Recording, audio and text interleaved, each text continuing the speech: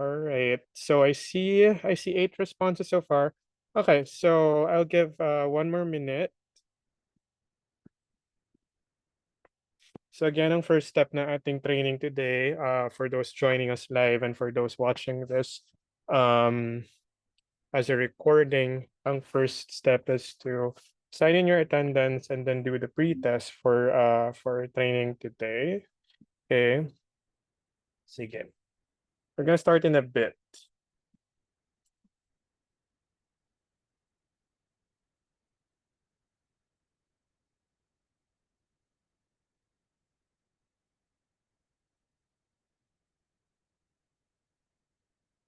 Okay. Sige. Thank you for doing the attendance and the pre-test. So next, just making sure that you got the QR code also for our mentee for today. So this is just to make sure na um na attentive tayo sa ating training today. Actually, kasi yung training natin is more of just to validate whatever you read doon sa ating policy. So it's really to test folks out. But so just make sure you have this Menti details. I'll just put it in the chat as well para sa mga people who will catch up today.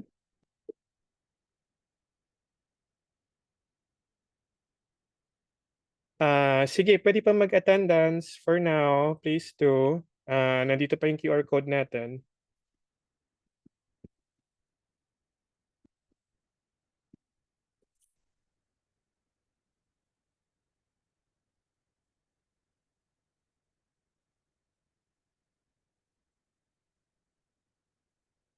Okay, so nilagay ko yung Menti details sa ating chat box. All right, let's start. Okay, so today, we're meeting today for a training, quick training doon sa ating recently released na ops memo on that we call labs optimization policy. So as we all know, SAIL will transition from a donor-supported project to a self-sustaining network of clinics, the mechanism of which is through OHAT. So to ensure that enough funds will be available during this process, operational changes will be implemented. Okay, so ano yung operational changes that we're gonna do? I'm sure your clinic managers have already cascaded this policy to you through your emails or through verbally kasi we also follow up on them. So just ang madaling way to remember the revised lab protocol is to remember that there are 3 types of clients moving forward. Because they have recommended lab tests for 2025. For the rest of 2025. So we have 3. So una yung new client at intake. So ito yung mga galing sa ating HTS and will undergo treatment. So ang i-request lang natin na labs moving forward is confirmatory test through RIVDA or less preferably Western blot, CD4, chest X-ray, and physician-requested clinically essential labs. Tapos enrolled clients will only receive will only receive a viral load test if viral load eligible. Tapos pag hindi pa nagawa this 2025. Okay? So kapag hindi VL eligible, walang labs na gagawin. Kapag VL eligible, tapos nagawa na yung VL this year, that should suffice. So wala nang ibang gagawin din. Tsaka physician requested clinically essential labs. Lastly, yung returning lost to follow-up client if more than 28 days na after their expected visit, for example, 3 months na plus 28 days as di pa bumalik. So yung mga bumabalik ay ang pwede lang gawin sa kanila ay physician-requested clinically essential labs. So here sa ating 4th row, we define kung ano yung physician-requested clinically essential laboratory tests. And parating may if statement doon. Kasi for example, if with suspicion of pulmonary tuberculosis, gene expert, pwede. If clinically indicated and if CD4 count is less than 100, pwede magkalas. If with suspicion of organ damage, pwede mag-ALT and CREA. If with suspicion of treatment failure or drug resistance in the background of good ART adherence, pwede tayo mag-HIV genotyping and drug resistance testing. Okay? So again, there are only 3 types of clients moving forward. Tapos doon tayo magde-decide kung anong gagawin natin. And we put so much trust to our physicians na kapag may additional requests, pwedeng gawin yung mga essential labs. Tapos, just for everyone's information, yung para lang din mas madaling maalala, pwede din natin to tignan alternatively. Like, ano yung pwede kong i-request? So, dito, di ba, yung revised laboratory protocol, ito yung nasa, nasa memo. So, just making sure everyone's on top of reading and implementing it. Walang routine labs, walang annual labs, 'di ba? So yun yung mga ano doon, unless nakalagay dito viral load lang talaga or other baseline labs. Okay, so in other words, para madaling maalala, ano ba yung as a case manager, as a physician, ano ba yung pwede ko i-request? So as a case manager, pwede ko i-request ay baseline CD4, viral load if eligible and not done, tsaka chest x-ray. Yun lang, nothing else. Kasi ang doctors natin yung may power to request more labs if necessary. So if with suspicion of pulmonary tuberculosis, gene expert, if clinically indicated and CD4 count less than 100, kalas. So ito yung other way of remembering it. Okay, so it's either identifying which type of client and at the same time identifying ano yung pwede kong i-request. Okay. Alright, so process flow lang tayo. So ipa-provide namin to as a copy. Pwede natin itong gawing job aid, ilagay natin sa ating mga clinics, sa loob ng case manager room, sa loob ng doctor's room. So papasok si client, 'di ba? Tapos si CM will determine kung anong client type. 'Di ba? 3 client types, again, new ART, enrolled ART, or returning lost to follow up. So kung new ART, CD4 at chest x-ray lang. Tapos pwedeng mag-request ang ating MD ng clinically essential labs, yung mga pre-identified doon sa table 1. Pero kunwari meron siyang gustong i-request pa na wala sa table 1, magsi-seek siya ng approval, no, for other clinically essential labs. Tapos si Doc Kate or ako ang mag-a-approve. Okay, so yun yung process. Tapos, kung enrolled ART, i-check ng ating CM kung viral load eligible ba or not eligible. Kasi kung eligible, i-check ng ating CM ang chart, ang lab flow sheet, ang mga databases natin, for example, ART registers, OHACES, just to make sure na hindi pa nagawa yung viral load kasi we've received reports na there are multiple viral load tests done for one client each year. So that is something we're trying to avoid as well. So make sure na kapag check niyo yung VL, kung nagawa na ba this year, i-check na natin lahat kung sa chart, sa lab flow sheet, sa database, just to make sure wala tayong duplications. Okay? Tapos kapag sorry, baliktad to. So kapag viral load not done, sorry, baliktad to, ha? Iayusin namin to. Kapag viral load not done, CM will request viral load. Okay? So i-correct ko lang saglit.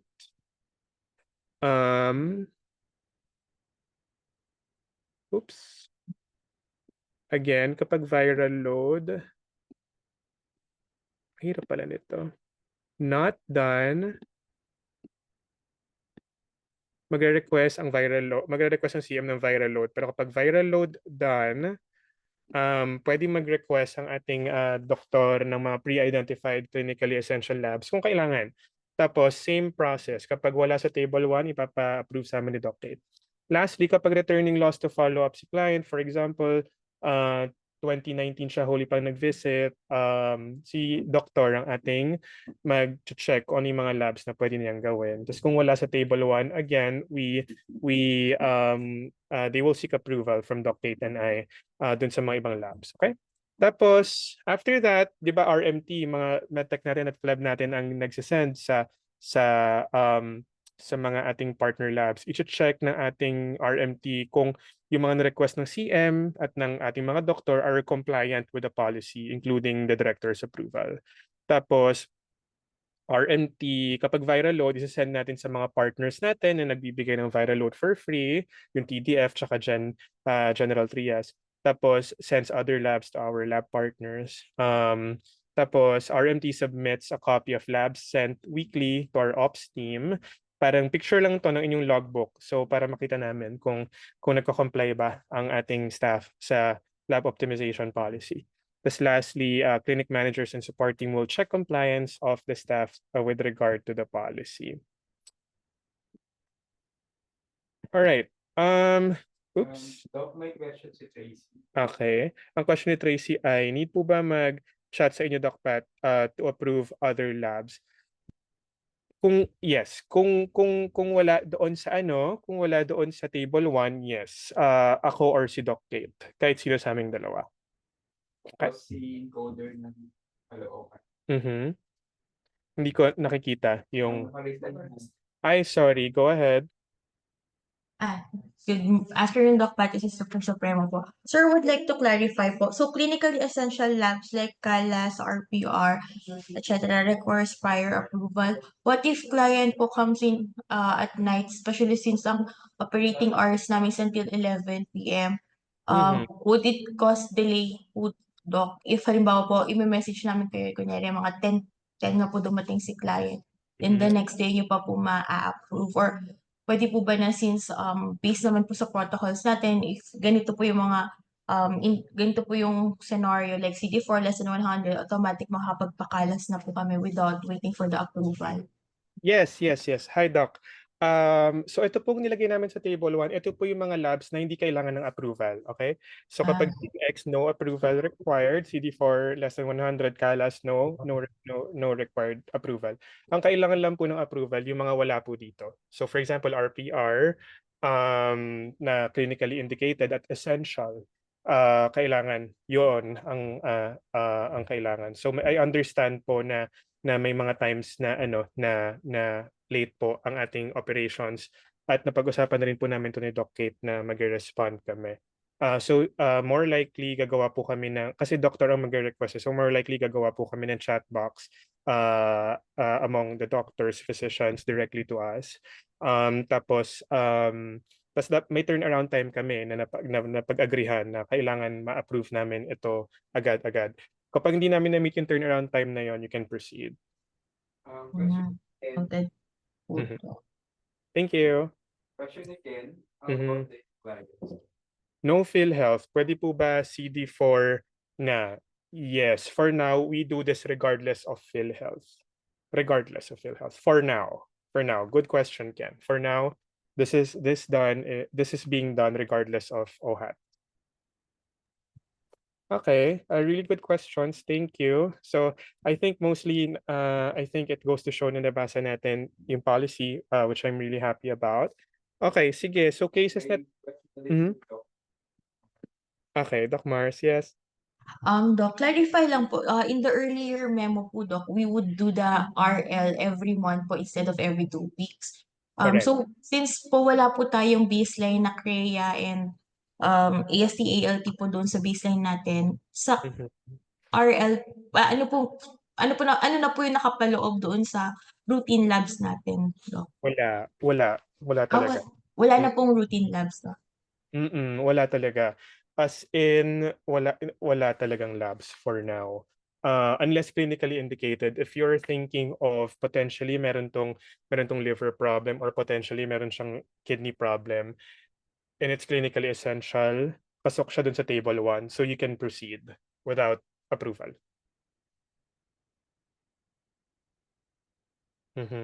So, okay.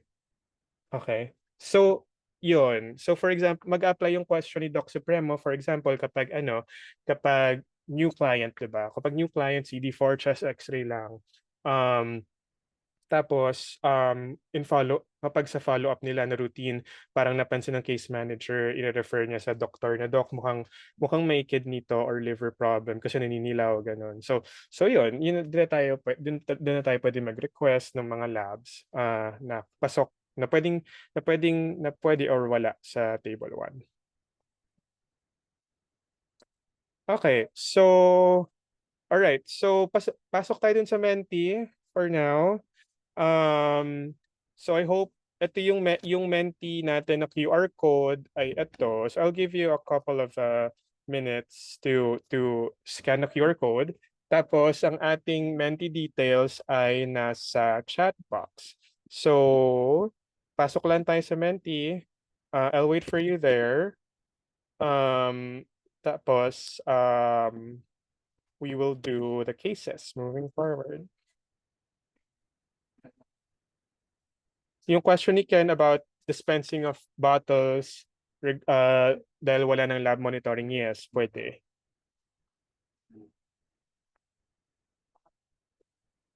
Okay, so hopefully nasa Menti na tayo. So far I see 3 people only. So all right, 21. Ayan, marami na. 21. Okay, thank you. All right, so cases tayo, okay? So case 1, 23-year-old male, screen reactive with case manager. Based on the new policy, what laboratory tests shall the case manager request as baseline? So yan ang ating i-ano ko lang tong Menti.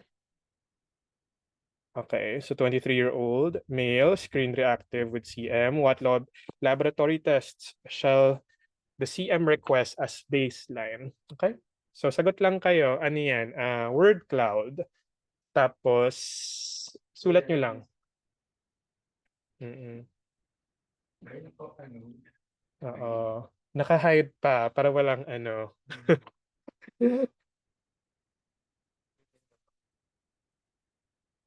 Bakit ang dami? Charot.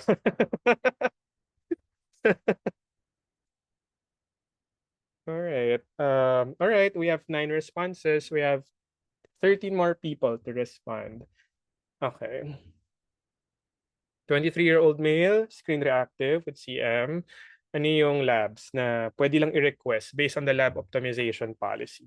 Okay, I'll give 5 more seconds. 5, 4, 3, 2, 1. Okay, paano ba to i-reveal? Teka lang ha. Okay, press H to show responses. Parang hindi mo nag-work. Hindi mo nag-work. Teka lang ha.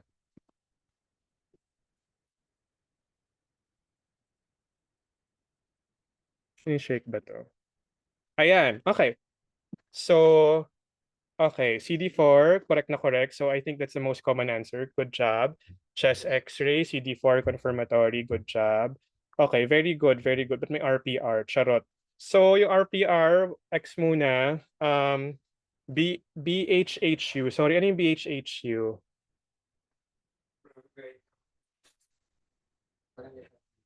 Oo, kung ano man yung BHHU, hindi muna natin gagawin. Charot. Ano ba? Sorry, hindi ko kasi alam. Pero okay, ang kailangan natin CD4 count confirmatory chest X-ray. Very good. Okay. Next. Ang next natin ay, okay, ito 'di ba, nakita natin na RIVDA or Western blot CD4 chest X-ray, right? Okay. So next question, which of the following statements is false? CD4 shall be charged to OHAT. Clinic managers and the ops team shall facilitate free CD4 with partners. The client shall facilitate chest X-ray outside the clinic. Last, letter D, the medtech shall automatically submit all labs requested to High Precision or Santo Domingo or wherever you submit your labs. A, B, C, or D. Which one is false? Which one is not true? All right, I'll give 20 seconds for you to answer.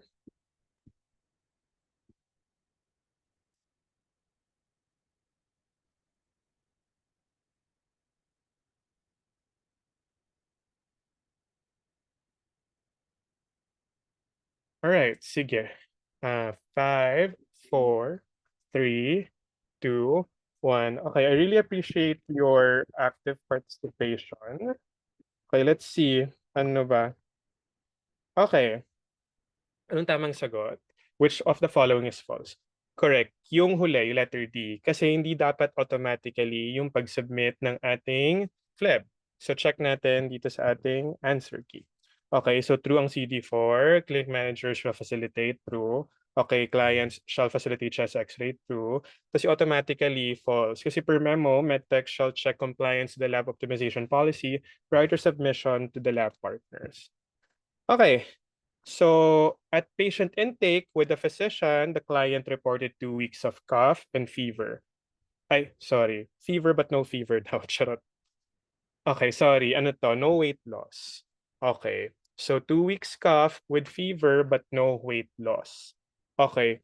Which additional laboratory shall be requested? And is this an allowable OHAT expense? Okay. All right.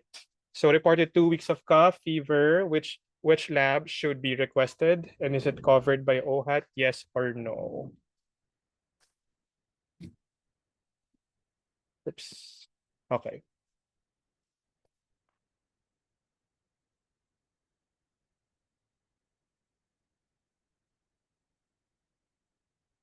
Sige, apat pa lang sumasagot. So just write your answers down.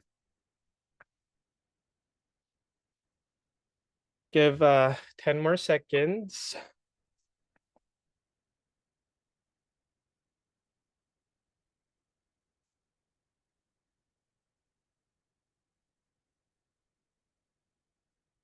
Okay.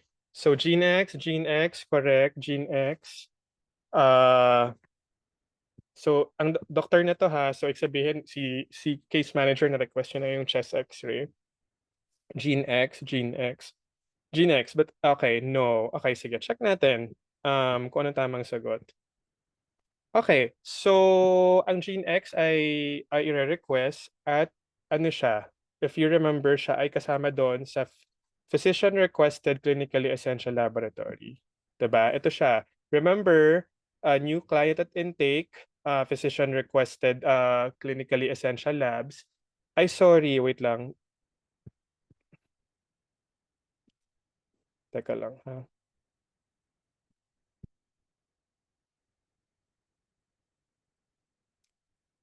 Okay. Kita naman, no? Okay, sorry. Hindi pala nakikita kanina. Okay. So, okay, remember, yung client natin ay nag-report kay Doc. So, at na-request na ng CM and chest x-ray. So, physician requested clinic essential lab. Nandun ba ang gene expert? Nandoon siya. So, sabihin, covered siya ni OHAT. Okay? Alright. Case number 2, enrolled client. Okay, i-ano ko lang tong ating Menti. Para kita nyo na dyan sa inyo. Okay, for enrolled clients, which of the laboratory tests has to be done without any compromise? 'Di ba ang teka lang.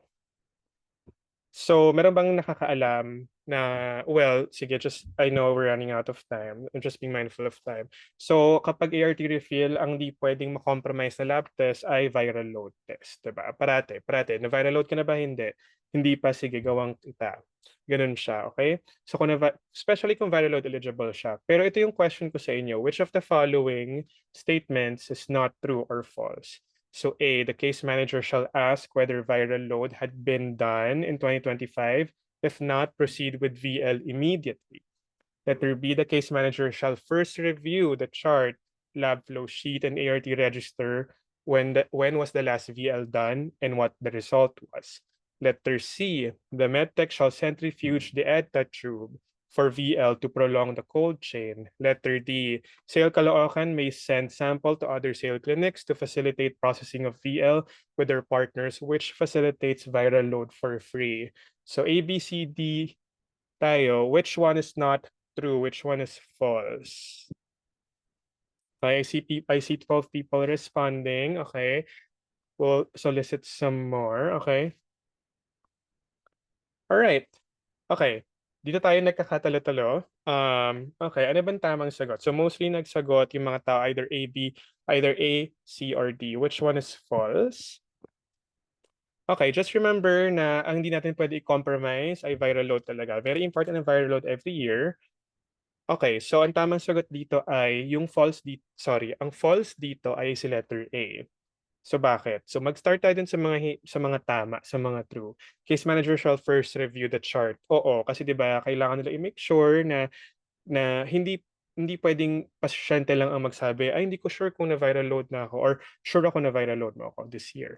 Kailangan i-review ang chart, kailangan i-review ang lab flow sheet, kailangan i-review ang art register, okay? Tapos medtech shall centrifuge EDTA, tama yun. Kasi kailangan natin ma-prolong ang cold chain ng ating mga viral load tests. Sale Caloocan may send sample to other sale clinics. Yes, kasi nakalagay yan sa second part ng ating memo, yung tinatawag na viral load network optimization. So letter A ay yung mali kasi um, B has to be done first to ensure no duplicates in VL testing for clients. Okay? All right, so the last VL was done in June 2025 and it was noted to be 35,000 copies per ml. The patient is on TLD since February 2023. Which of the following is the next best step? Okay, so letter A, change ART. Letter B, genotyping test immediately. Letter C, ask the client's adherence in the past 3 months and plan accordingly. Or letter D, hold off on genotyping test because this will not be covered. Okay. Alin dyan yung gagawin yung susunod?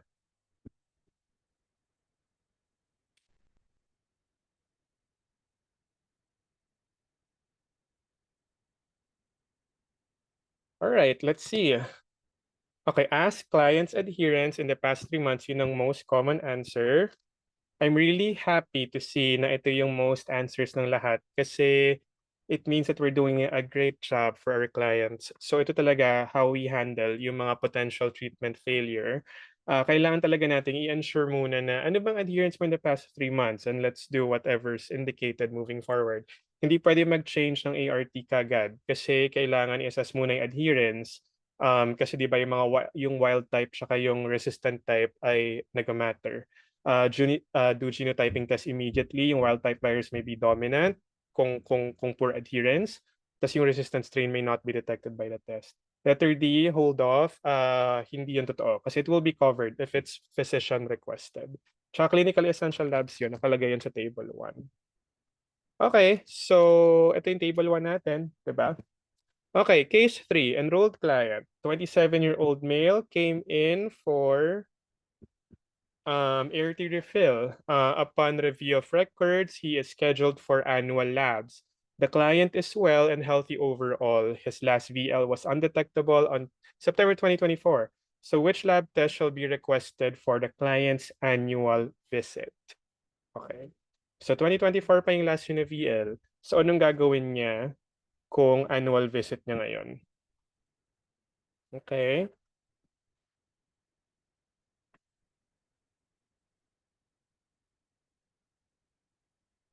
Give you 10 more seconds to answer.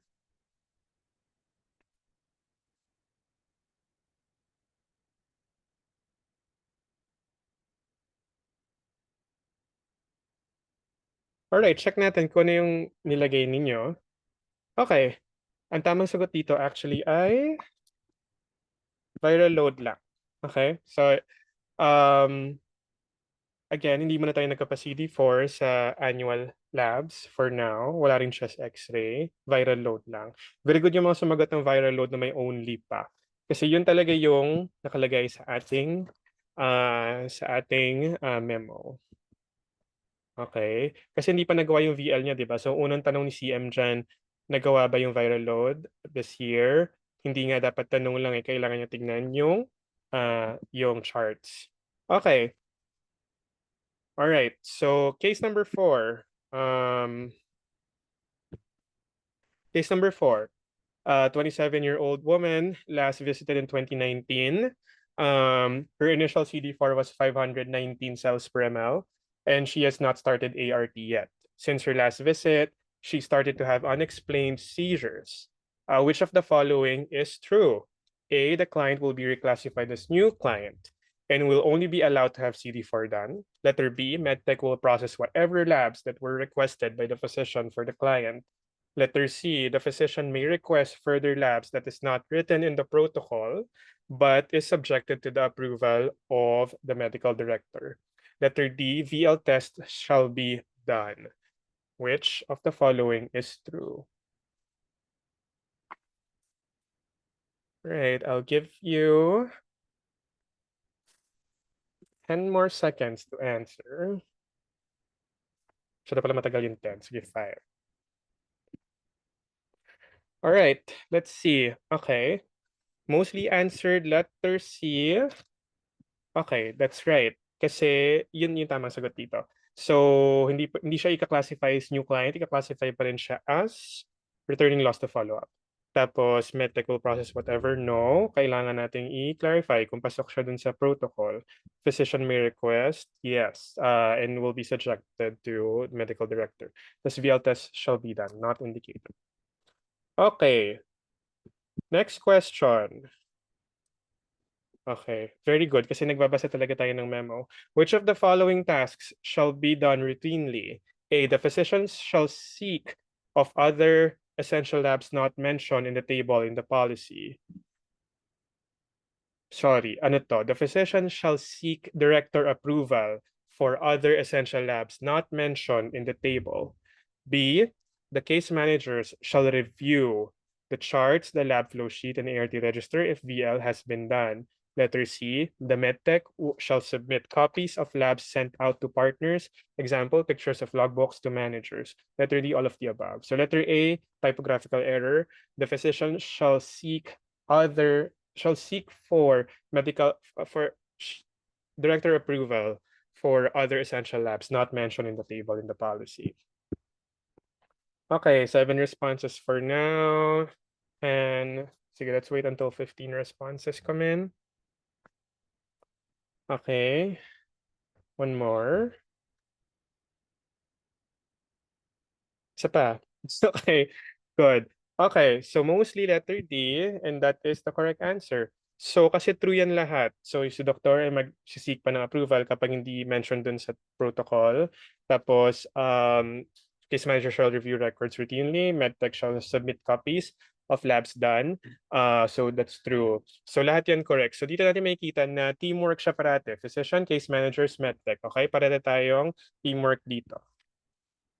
Okay, so key points. So patient care shall not be compromised at all times.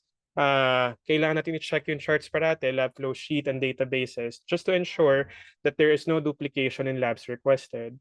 So follow the flow chart and the table of recommended labs. So ipoprovide namin to as a job aid as well para ma-print ng ating staff in the ground. In the field. So for now, there is no concept of baseline, routine, and annual labs package that we used to know. However, there are 3 types of clients to identify: new ART, enrolled ART, and returning loss to follow-up. CMs can only request CD4, viral load, and chest X-ray. MDs can request pre-identified clinically essential labs, see the table, and other clinically essential labs, but are subjected to approval. So team-based approach to CM, MD, MedTech, clinic manager, support team have shared accountability on compliance to this policy. So, all right. So for now, we've been talking to your clinic managers.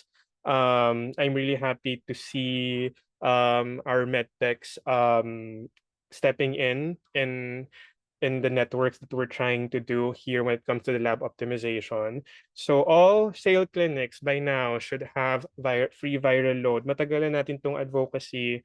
So kailangan, kasi may mga partners naman tayo that facilitate this for free. So si Makati sends TDFI, very good. Si Cavite sends to Gentry, very good. So they've been doing this for a while. Si Caloocan and Calamba are sending to our partners incurring costs. So for now, this is something we're actively working on in the back end.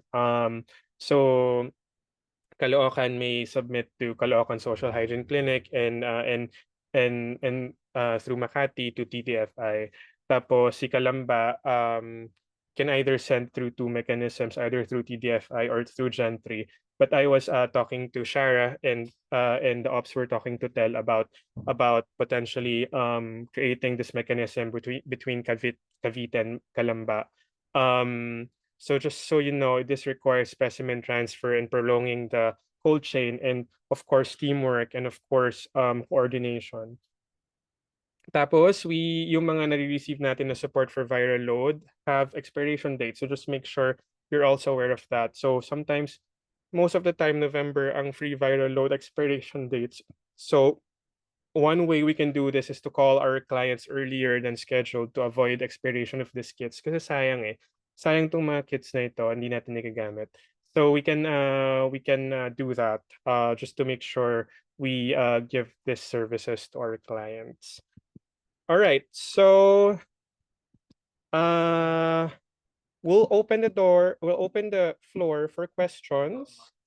At the same time, may post-training attendance then and test. So just making sure you capture this QR code. Any questions for now? Go ahead, Doc Mars. Sir, what if a new reactive client request for STI workup? So, ang mangyayari po ba is sisingilin po namin siya for baseline STI workup? Good question. Kasi kung meron kayong suspicion of kung meron kang suspicion na clinically essential siya, kung meron kang suspicion of STI, since wala siya sa table 1, kailangan namin siya i-approve ni Doc Kate. Pero STI screening using OHAT, hindi muna for 2025. I hope that's clear, Doc. Noted.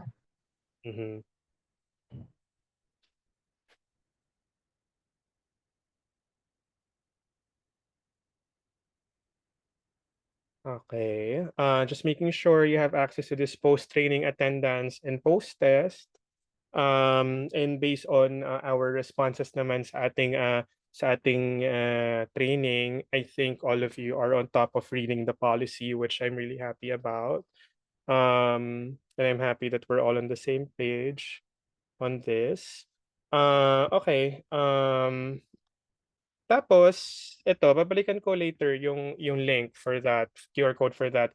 Pero ito, pwede nyo itong picturean. So you have a QR code for job aids that can be printed and posted inside the rooms of MDs, CM, and our FLEBs, pati a copy of this presentation. Okay? Okay, so ano tayo? Post-training attendance and post-tests. Okay.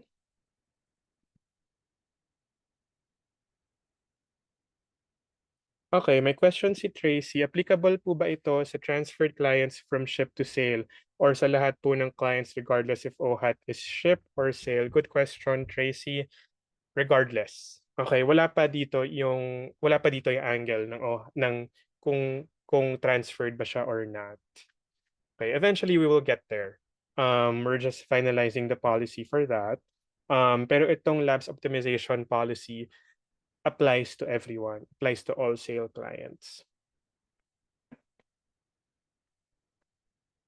Any questions? If a client has had a viral load, galing to kay Doc Martin. If a client has had a viral load, let's say January this year, came for follow-up September, October, requesting for repeat viral load kasi nag-apply siya for work or DSWD, but di tinanggap yung January viral load kasi outdated na. How do we go about this? Well, yung OHAT package kasi, one viral load lang siya per year. So unfortunately, the client has to shoulder yung extra VL na hindi clinically indicated. So the client can wait until January, the viral load. Pero ito, I know that this really happens. This really happens in the clinics. I've been in that position. Talagang for now, since ang OHAT nga can only capture one viral load test, they can only have it done once. Doc Mars. Yes, Doc Mars. Sir, we had cases in the past kasi sir na yung una doc, asymptomatic siya pero nung routine labs we noted na sobrang elevated ng CREA. We had to shift him to TAF. Then yung second case namin doc, same pa rin po, asymptomatic pero sobrang taas ng liver enzyme. So we had to shift him to LTE. So how do we go about na hindi natin ma-over or ma-miss yung mga ganitong clients na nagkakaroon pala ng reaction to our ARV po? Correct. Thank you. Thank you, Doc Mars. That's actually a really good question. So sa ating latest na WHO guidelines, hindi nila nire-recommend mag-screen for hindi sila nag-recommend ng screening ng liver or kidney function tests at baseline. Tsaka at the same time, hindi rin sila nag-recommend ng labs without clinical indications kapag ART monitoring. So ito nakikita natin na mga experiences natin sa clinic, sa sale clinics na ito nakikita natin itong clients ito. And it's because we had this years of experience na we're giving them these things na yung protocol natin has not been updated for a while. So that's why I actually hear a lot of these instances. So kapag ganito, Doc, talagang we're not going to do it for now, this 2025. Eventually, magbabago din yung ating lab protocol eventually kapag na-identify kapag yung transition period natin ay na-identify na natin if we have enough finances to cover additional labs. Again, so parang lab optimization transition period mechanism. But now we are updating yung laboratory natin na protocol na we will have this eventually again, yung mga RPR, tsaka yung mga urinalysis, ganon. Eventually it will come back. It's just a matter of doing this for now kasi we're trying to decrease the cost for now. What? Si Tel, okay. Hi Tel. What if Doc Pat may mag-complain na patient whenever magpapapirma kami ng OHAT and then he asks for the SOA na papapirma namin is my routine labs. Oo, magbabago din yung SOA. So fina-finalize namin siya kanina. So so yun din kasi nga talagang sa sale clinics we provide as much as we can, we provide the most accurate SOA to our clients. We're only one of the few treatment hubs and primary care clinics who na gumagawa nun, and we really have to be proud of that, and we have to maintain that even in this times we're trying to optimize our finances. So yes, to answer your question, we will prevent those complaints by providing them a revised SOA. So we will get back to you on that. Uh, Timely. We're just finalizing it as we speak. But I've heard from the sites na parang sometimes na parang may mga clients tayo na they're used to receiving a lot from us. Pero ang pwede nating communication dito is that we're undergoing a transition. We suddenly lost financial support from one of our biggest funders. We're trying to keep afloat. Nag-survive lang kami ngayon. Just give us time. It will eventually come na magiging better yung lahat ng ating babalik ang ating labs. Okay, so just making sure na everyone has had the opportunity to do the post-training attendance and post-test. If you have any questions, you can directly email me or text me. Ang isa sa mga kailangan ko pang gawin is to make sure na meron tayong chat box with Doc Kate, ang ating mga physicians. So hingin ko yung ating updated number from our ops team. Hingin ko yung updated numbers ng ating mga doktor. So gawa lang tayong Viber group. Okay, may questions pa ba? Hi, Sa mga- Doc. Good afternoon po. Yes, hi Mervin. What's up? Hi po. Doc, pwede po pabalik dun sa slide about sa viral load. Yung about sa... ayun isa, Doc. This one. Yung pag-send out. Okay. Okay, yeah. Go Opo. ahead. Kasi medyo, ayan. Okay. So, nakita ko na. So, si Caloocan, con- confirm ko lang, Doc, no? Si Caloocan, si Sale Caloocan, yung BL nila is papadala sa Caloocan SHCN through TDFI. Tama ba? I think yung ongoing discussions ay or ito. Kasi parang yung timing ng pag-send sa Caloocan Social Hygiene Clinic would not work with yung timing ng operations ng Caloocan. So we will discuss this further. Pero most likely TDFI to through Makati. Okay. Sige po. Thank you. And then last one, Doc. Nakita niyo na po ba yung bagong SOA? Which one? Wala pa. Yung galing sa, ayun, so we have the copy of the SOA na, yung ni-revise from galing dun sa PhilHealth officer. Yeah. Oo. So ngayon, may copy na kayo. Yes po. Okay. Okay lang. Sinabi ko lang, Doc, para please aware din po kayo. Kasi may Thank pinabago pa Hindi ako aware na nabigyan na kayo ng revised sa ones. SOA. Yung pinabago pa. I-review kanina kasi we're making sure that responsive siya dito sa lab. Yeah. Okay, may questions pa ba before we close the call? Okay na po ako, Doc. Okay, thank you. And thank you everyone for your active participation. And yung mga responses ninyo really reflects na talagang inaral ng policy. Dito yan magpapaano. Okay. Hello, ako naririnig ko yung files ninyo. Charot. Ibigay ko na lang kay Doc Pat, good afternoon. okay. Erica po, sorry. Discuss na lang natin, Doc, after regarding dito sa TDFI and Makati after po ba ng meeting? This is between you and Mervin moving forward. But you can involve me. Yes. All right, thank you, Doc. Thank you. Doc Pat, sorry po. Last point na lang po. Go ahead, Dane. Since sabi niyo po kayo na kay Ken, dun sa tanong niya, if dun sa may routine labs, if pwede na kayo magbigay ng 3 bottles, so pwede na po kayo magbigay ng 3 bottles, no? So, ano siya? Sa new ART? So, yung protocol on ART refills will not change.